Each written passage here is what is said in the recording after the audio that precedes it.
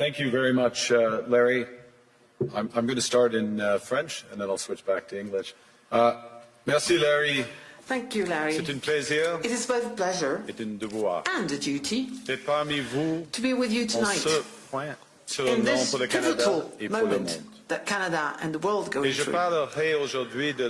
Today I will talk about a rupture in the world order, the end of a pleasant fiction and the beginning of a harsh reality, where geopolitics, where the large main power geopolitics is submitted to no limits, no constraints. On the other hand, I would like to tell you that the other countries, especially intermediate powers like Canada, are not powerless. They have the capacity to build a new order that encompasses our values, such as respect for human rights, sustainable development, solidarity, sovereignty, and territorial integrity of the various states. La puissance des moins puissants. The power of the less power starts with honesty. It seems that every day we're reminded that we live in an era of great power rivalry, that the rules-based order is fading, that the strong can do what they can and the weak must suffer what they must. And this aphorism of Thucydides is presented as inevitable, as the natural logic of international relations reasserting itself. And faced with this logic, there is a strong tendency for countries to go along to get along, to accommodate, to avoid trouble, to hope that compliance will buy safety. Well, it won't. So what are our options? In 1978, the Czech dissident Václav Havel, later president, wrote an essay called The Power of the Powerless. And in it, he asked a simple question: how did the communist system sustain itself? And his answer began with the greengrocer. Every morning, this shopkeeper places a sign in his window: "Workers of the world unite." He doesn't believe it. No one does. But he places the sign anyway to avoid trouble, to signal compliance, to get along. And because every shopkeeper on every street does the same, the system persists. Not through violence alone, but through the participation of ordinary people in rituals they privately know to be false. Havel called this living within a lie. The system's power comes not from its truth, but from everyone's willingness to perform as if it were true. And its fragility comes from the same source. When even one person stops performing, when the greengrocer removes his sign, the illusion begins to crack. Friends, it is time for companies and countries to take their signs down. For decades,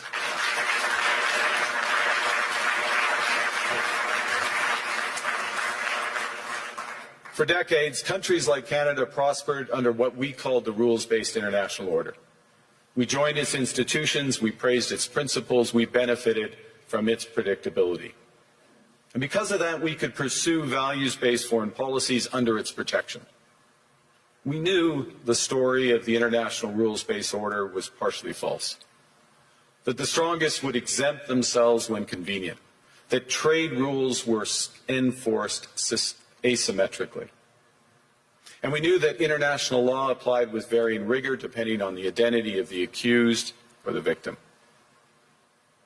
This fiction was useful, and American hegemony in particular helped provide public goods, open sea lanes, a stable financial system, collective security, and support for frameworks for resolving disputes.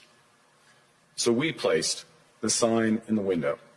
We participated in the rituals, and we largely avoided calling out the gaps between rhetoric and reality. This bargain no longer works. Let me be direct. We are in the midst of a rupture, not a transition. Over the past 2 decades, a series of crises in finance, health, energy, and geopolitics have laid bare the risks of extreme global integration. But more recently, great powers have begun using economic integration as weapons. Tariffs as leverage, financial infrastructure as coercion, supply chains as vulnerabilities to be exploited. You cannot live within the lie of mutual benefit through integration when integration becomes the source of your subordination.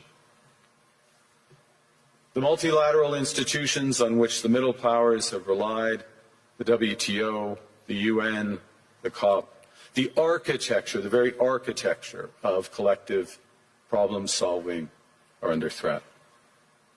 And as a result, many countries are drawing the same conclusions, that they must develop greater strategic autonomy in energy, food, critical minerals, in finance and supply chains. And this impulse is understandable. A country that can't feed itself, fuel itself, or defend itself has few options. When the rules no longer protect you, you must protect yourself. But let's be clear-eyed about where this leads. A world of fortresses will be poorer, more fragile, and less sustainable. And there's another truth. If great powers abandon even the pretense of rules and values for the unhindered pursuit of their power and interests, the gains from transactionalism will become harder to replicate. Hegemons cannot continually monetize their relationships. Allies will diversify to hedge against uncertainty. They'll buy insurance, increase options in order to rebuild sovereignty. Sovereignty that was once grounded in rules but will increasingly be anchored in the ability to withstand pressure. This room knows this is classic risk management. Risk management comes at a price.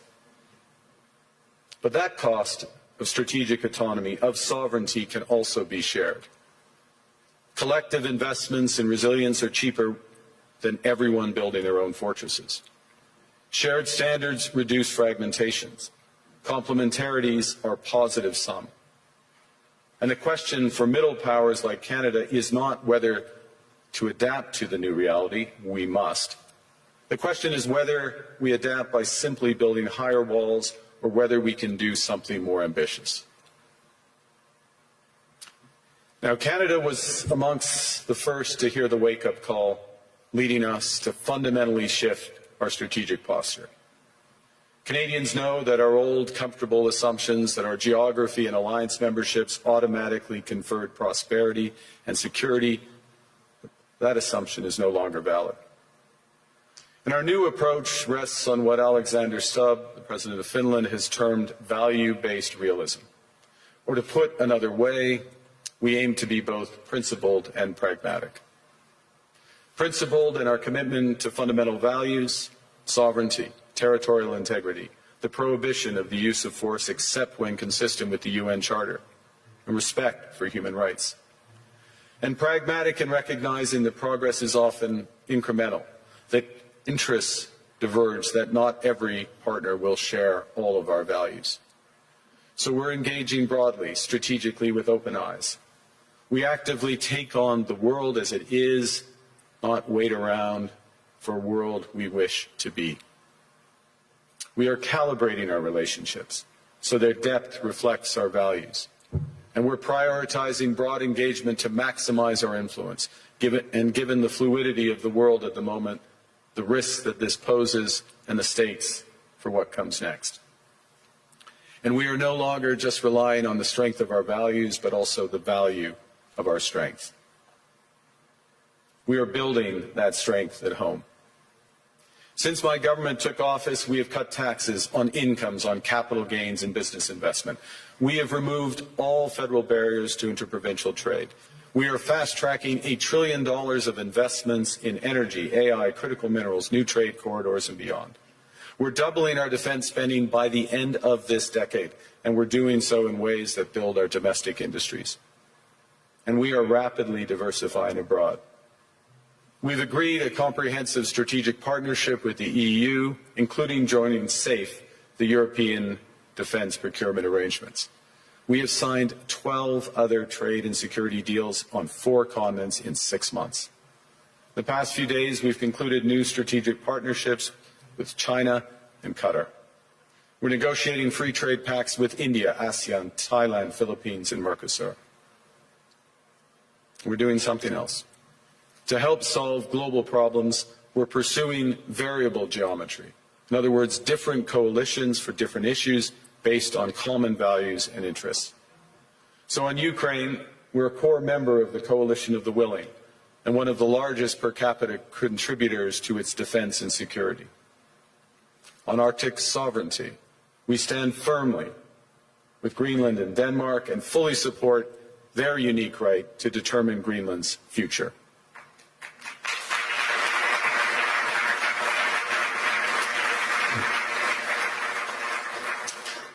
Our commitment to NATO's Article 5 is unwavering. So we're working with our NATO allies, including the Nordic Baltic 8, to further secure the alliance's northern and western flanks, including through Canada's unprecedented investments in over-the-horizon radar, in submarines, in aircraft, and boots on the ground, boots on the ice. Canada strongly opposes tariffs over Greenland and calls for focused talks to achieve our shared objectives of security and prosperity in the Arctic. On plurilateral trade, we're championing efforts to build a bridge between the Trans-Pacific Partnership and the European Union, which would create a new trading bloc of 1.5 billion people. On critical minerals, we're forming buyers' clubs anchored in the G7 so that the world can diversify away from concentrated supply. And on AI, we're cooperating with like-minded democracies to ensure that we won't ultimately be forced to choose between hegemons and hyperscalers. This is not naive multilateralism, nor is it relying on their institutions. It's building coalitions that work, issues by issue, with partners who share enough common ground to act together. In some cases, this will be the vast majority of nations. What it's doing is creating a dense web of connections across trade, investment, culture, on which we can draw for future challenges and opportunities. Argue the middle powers must act together because if we're not at the table, we're on the menu.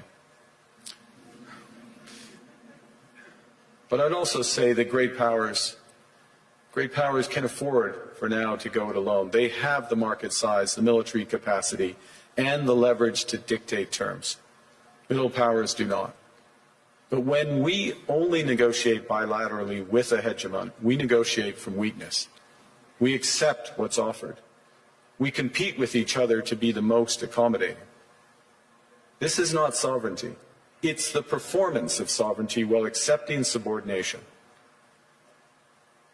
In a world of great power rivalry, the countries in between have a choice: compete with each other for favor, or to combine to create a third path with impact.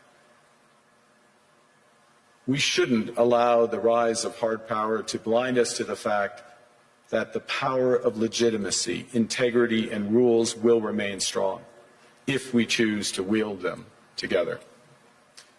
Which brings me back to Havel. What does it mean for middle powers to live the truth? Well, first, it means naming reality. Stop invoking rules-based international order as though it still functions as advertised. Call it what it is: a system of intensifying great power rivalry where the most powerful pursue their interests using economic integration as coercion. It means acting consistently, applying the same standards to allies and rivals. When middle powers criticize economic intimidation from one direction but stay silent when it comes from another, we are keeping the sign in the window. It means building what we claim to believe in.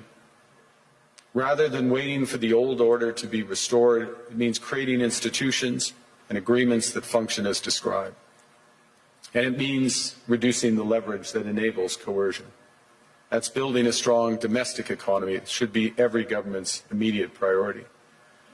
And diversification internationally is not just economic prudence, it's a material foundation for honest foreign policy, because countries earn the right to principled stands by reducing their vulnerability to retaliation.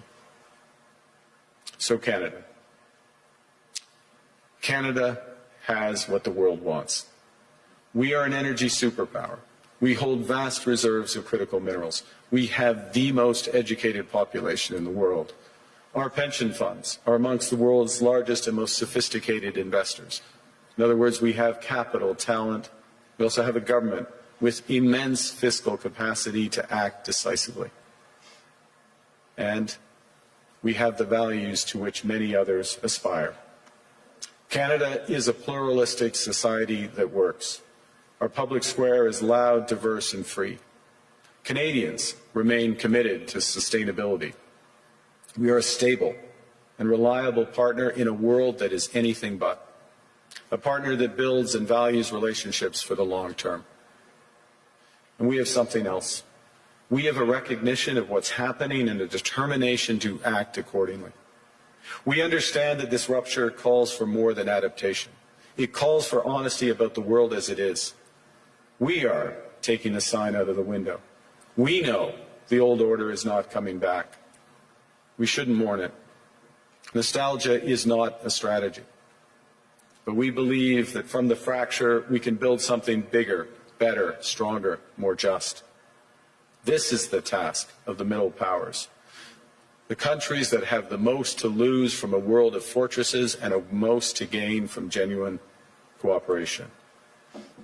The powerful have their power. But we have something too. The capacity to stop pretending, to name reality, to build our strength at home, and to act together. That is Canada's path. We choose it openly and confidently, and it is a path wide open to any country willing to take it with us. Thank you very much.